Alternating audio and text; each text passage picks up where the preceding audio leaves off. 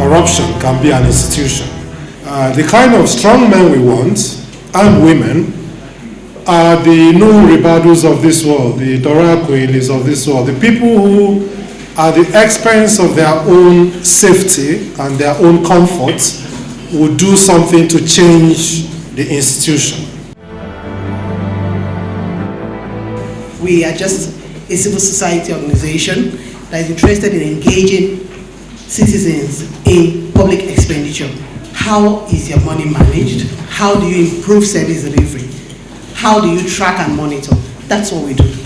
And with our work, we found we had this need for the FOI, Freedom of Information, a very powerful tool in the hands of anybody who can use it.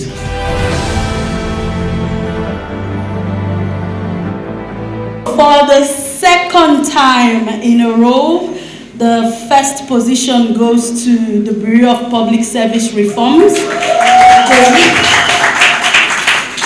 Thank you. There's a green for proactive disclosure, and that means that we on their website, and we saw the information that we were looking for. For the security sector, for first position, we have the Police Service Commission. They don't have, for all the security sector agencies we ranked, there is none of them that have any form of proactive disclosure.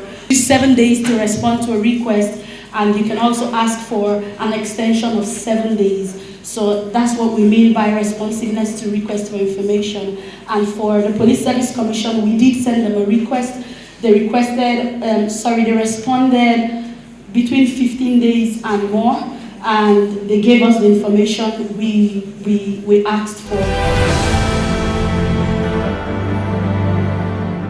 The information which PPDC is requesting for is procurement information. And so what we are trying to do now is to have the Bureau for Public Procurement develop an electronic procurement system and develop a national open contracting platform.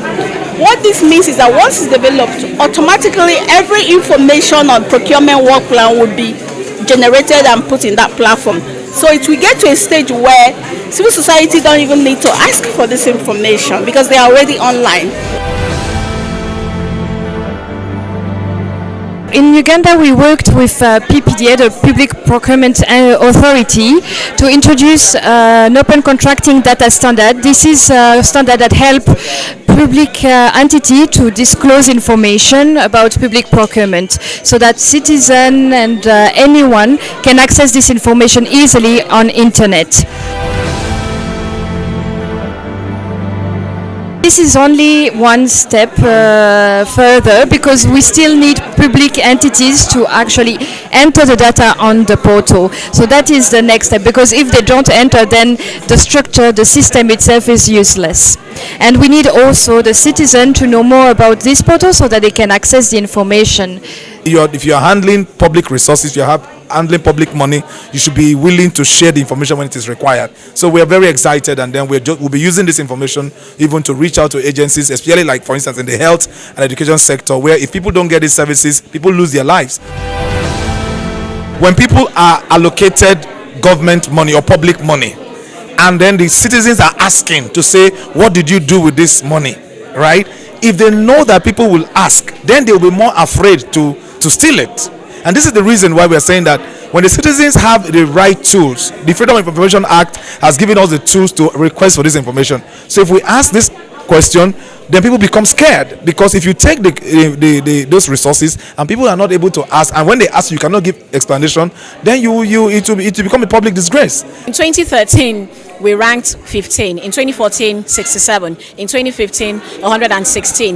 In 2016, 131. This year, 166. So we continue trying to get as many institutions as possible and rank them. By doing that and by calling them here, we create awareness about the law, but it also gives them a boost to want to disclose more information. Yeah. We have a documentary called Budeshi Waka. So Budeshi is Open It in Hausa, and the documentary really shows what we're using the information for. We're using it to follow up on projects, to get to the bottom of some of the issues that we have. And we believe that the more you open up the system, the more you can see where the cracks are, whether it's corruption, whether it's inefficiency, whether it's a lack of synergy, whatever the issue, you're able to deal with it because you can see more clearly. But if you refuse to disclose, then it's very difficult. Without an assessment, then you don't know where the problem is, and it's difficult for you to tackle it.